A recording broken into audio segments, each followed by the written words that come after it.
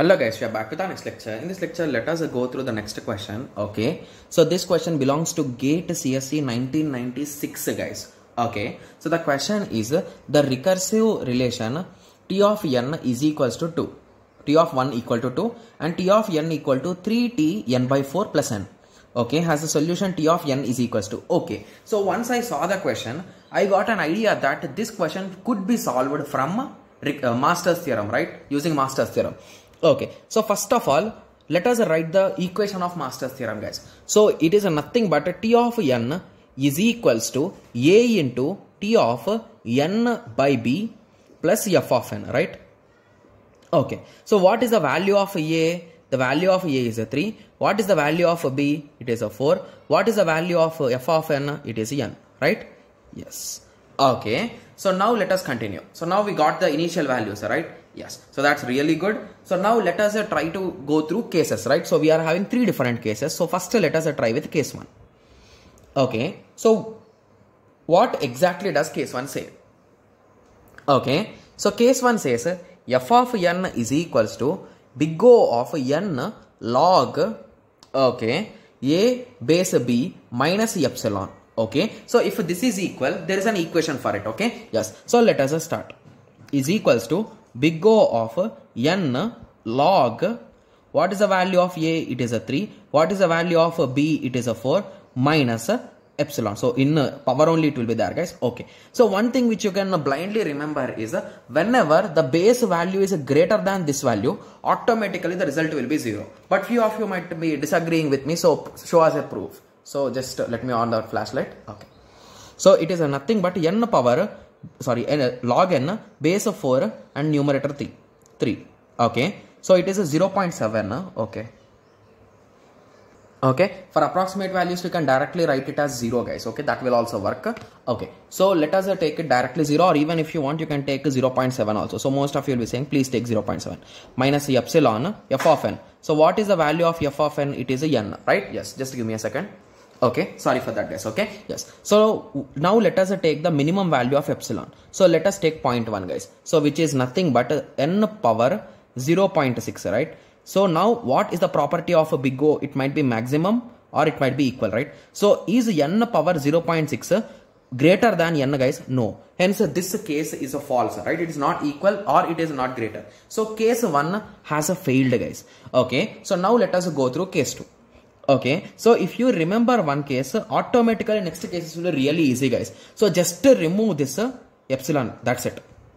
Okay, so if you remove that epsilon, what will be the equation? It is nothing but big O of n log ba minus epsilon. Okay, so here it will be, instead of big O, it will be theta, guys. Okay, yes, so theta of what is this value? So here we did, right? So it is nothing but n power 0.7. So this will not be there, is equals to n.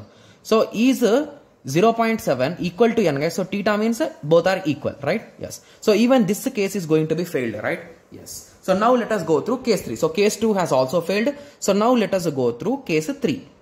Okay, so what case 3 says is, okay, so case 3 is also a bit easy, but few of them will be saying that case 3 is a bit tough, but it's okay, guys. So n is equals to omega of n log ba plus epsilon. So initially it is minus epsilon, after that there is no epsilon, at the end it is plus epsilon. Got it? Yes. So now let us substitute. So it will be n power 0.7 plus epsilon n. So what is the property of this omega, guys? It is minimum or equal to. So let us take 0.1. So this result will be n power 0.8, right? Yes. So now this is saying that n power 0.8 is minimum than n. Yes, this case is absolutely correct, right? Yes, so now let us go through the second equation. So this is the first equation, guys. So the second equation is A into f of n by b is less than or equal to c into f of n. So we need to substitute all the values in this, guys. So what is the value of A? It is a 3 into f of n by b. So what is the value of n by b? Is a 4. Okay, is less than or equal to c into what is f of n? It is nothing but n. Okay, so now let us substitute the value. Okay, so 3 into f of n by 4. So f of n by 4 equal to n. So it is nothing but n by 4 directly, right? Yes, is less than or equal to C into N. So you can cancel this N and this N. So 3 by 4 is a less than or equal to C. So the condition for C is it should be less than 1, guys. I think that's the condition, right? Yes. Sorry, I wrote reverse way. C should be less than 1, right? Yes. So this condition is satisfied. So both in case 3, both 1 and 2 has been satisfied. So the final result is simply for this case 3, it is a T of N is equals to, okay, it is equals to theta of f of n, guys. So what is the value of f of n? It is n. So it is nothing but theta of n. So but for a surprise, there is no option with theta, right? So if theta is not there, there could be big O, right? Yes. So big O is there. So hence A is the correct answer. So the reason why I told instead of theta, you can take big O, because in big O, this value should be greater than or equal to also, right? So here the case is equal to case. So that's the reason why we can assume A is the correct answer. Got it? Yes. So I hope everyone got a clear idea with respect to this question. So this is our first question with respect to Master's theorem, guys. Okay? Yes. So I hope everyone got a clear idea. So in the next lecture, let us continue with the next question. Thank you. Thanks for watching. Like, share and subscribe for more awesome videos like this. Thank you.